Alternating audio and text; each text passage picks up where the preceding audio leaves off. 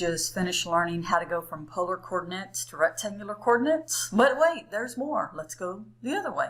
Let's see if we can figure out how to go from rectangular coordinates to polar coordinates. So it says find polar coordinates of a point whose rectangular coordinates, so your x, y, are 0, 3. Being that this is on an axis, okay, remember these quadrantal angles, you can just directly do this because I know r is going to be the distance to the point, which is going to be 3. And then there's a kitty right here. And then I also know my angle, okay, so if I'm at 0, 3, I've went 90 degrees, so I'm at pi over 2. So any of these that are actually on the axis are easy to find. For example, if you're right here on the x-axis, then you would have whatever this distance is would be your r, and you didn't move, so your angle would be 0. The next one here is the one we just did, where you'd have your distance to the point as your r, and then your angle pi over 2. And if we go 180 degrees, again distance, and then angle pi. And then finally, if we go 3 pi over 2, okay, so that's the one here. Then also the distance a, and so all of these are pretty easy to find. But as when we've talked about before, what if it's not a quadrantal angle? So how to find r and how to find theta. So if I want to find r, we already know how to do that, right? Because that old Pythagorean theorem, x squared plus y squared. So that's fine. But how do we find theta? Well, if I look at this and I know x and y, all right, because that's what I'm given, then if I remember that tangent relied on y over x, and so what I could do is I could write that down. Let's just write it on this side. The tangent of theta equals y over x. But I want to solve this for theta. So how did we do that? All together now. Inverses, inverses. Right? So that canceled out and give you just theta. So in other words, theta is tangent inverse of y over x. All right, and one thing you're going to see on the slides coming up next is this is important that you remember inverses. The inverse tangent can only be in quadrant 1 or 4. So you're going to see what we have to do. So let's see what's going on here. And that's what this says. Do you remember why you have to add pi? So let's say that my point is in quadrant 2. Then because I cannot actually take the inverse of that y over the x because it's not defined, I have to move it. And so moving, moving, moving. I'm just moving it to quadrant 4. Okay, so in other words, I'm moving it that distance of that angle, which is 180 degrees, or pi. So that's why you're having to do the pi plus that value. Of course, if it's in quadrant 3, I have to do the same thing. I need to move it into quadrant 1. You remember this stuff, right? Yeah, remember. And so because of tangent inverse, so once again, I add pi. And if I'm in quadrant 1 or quadrant 4, I don't have to do anything, right? Because I can actually just take the tangent inverse. And so how do you convert from rectangular to polar? Plot the point, x, y, to figure out what quadrant you're in to see if you have to add pi. If x equals 0 or y equals 0, then you have a quadrantal angle, and those are easy peasy. If it does not, then you have to actually find your r value and then find theta based on the quadrant that you're in. Quadrant 1, quadrant 4, it's all good, baby. But when you're in quadrant 2 and quadrant 3, we got problems because the inverse does not exist for the tangent in quadrant 2, quadrant 3. If you're going, what? You probably need to go back and review inverses, right? All right. So let's go through and work some examples. I'm going to get me a pencil here. And so let's say I want to find the polar coordinates for the rectangular coordinate 2, -2.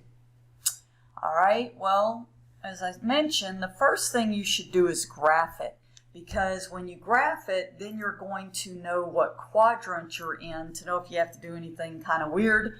So if I'm at x is 1, 2, be right chair, and then -2, right chair.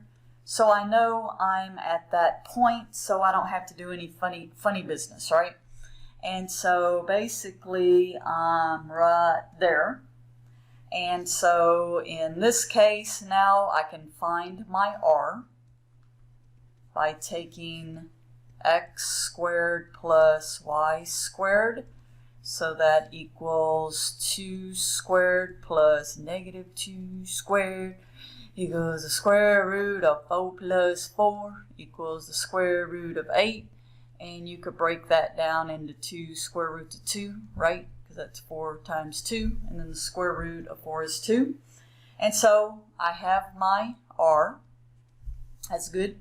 Well, now I need to figure out what this angle is. So I find my angle by doing tangent inverse of y over 2.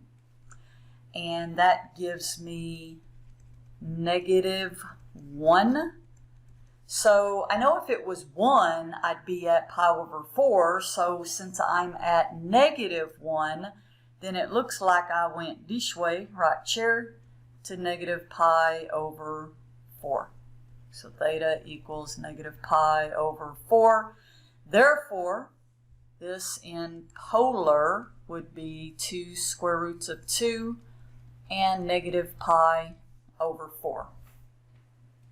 All right. Now, the only thing you have to be careful of is there are other possibilities, because, I mean, that might have been the first thing you asked is, well, why did you go in the negative direction? Couldn't I have, something happened. Couldn't I have also gone in that direction? Why, yes, you could. So there are certainly other possibilities. All right, meaning that I could have 2 square root of 2. My r's not going to change, but then I actually could go 2 pi all the way around. So I could have something like 2 pi minus pi over 4. Okay, so getting a common denominator, that would be what, 8 pi over 4. All I'm doing is getting a common denominator, minus pi over 4. And I would see that also 7 pi over 4, this would also be another angle. So the question is, well, how do I know which answer to pick? Well, typically the lab or me will say, you know, in this case, if I wanted this answer, then I would say between -2 pi and 0. If I wanted this answer, then I would say between 0 and 2 pi. So you have to pay attention to that to know, you know, certainly exactly which one to pick. Now think about this. As you're sitting there thinking, and I'm just trying to get me another color, that's all I'm trying to do. What if I said, well, what if I'm over here, and then I jump back to the other side? How did we do that? We made our radius negative.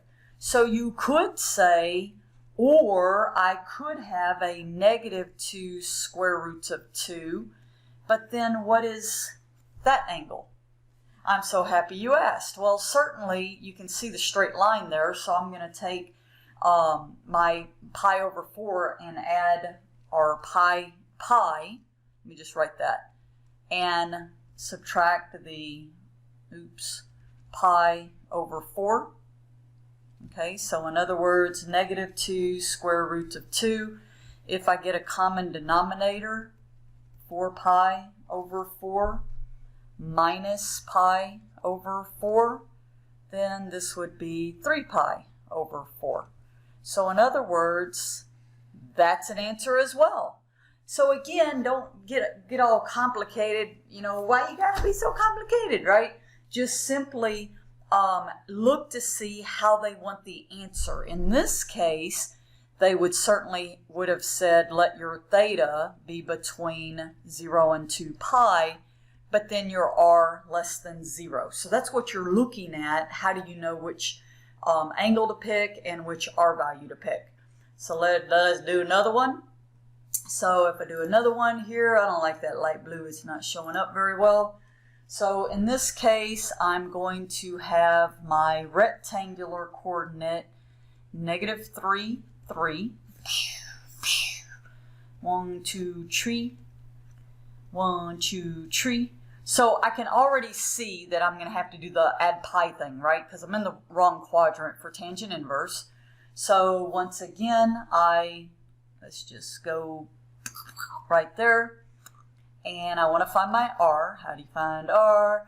Square root of x squared plus y squared equals square root of 9 plus 9 equals square root of 18 equals square root of 9 times 2 equals 3 square roots of 2. So I got my r. Now I want to find my theta. I have to do the pi plus now my tangent inverse of y over x. And now the cat is in the way. And so once again, I get, would you not go right there? Okay, let's go. He's going to kill me. So now I get my -1. Well, what I'm going to do in this case is I am going to use my even and odd properties.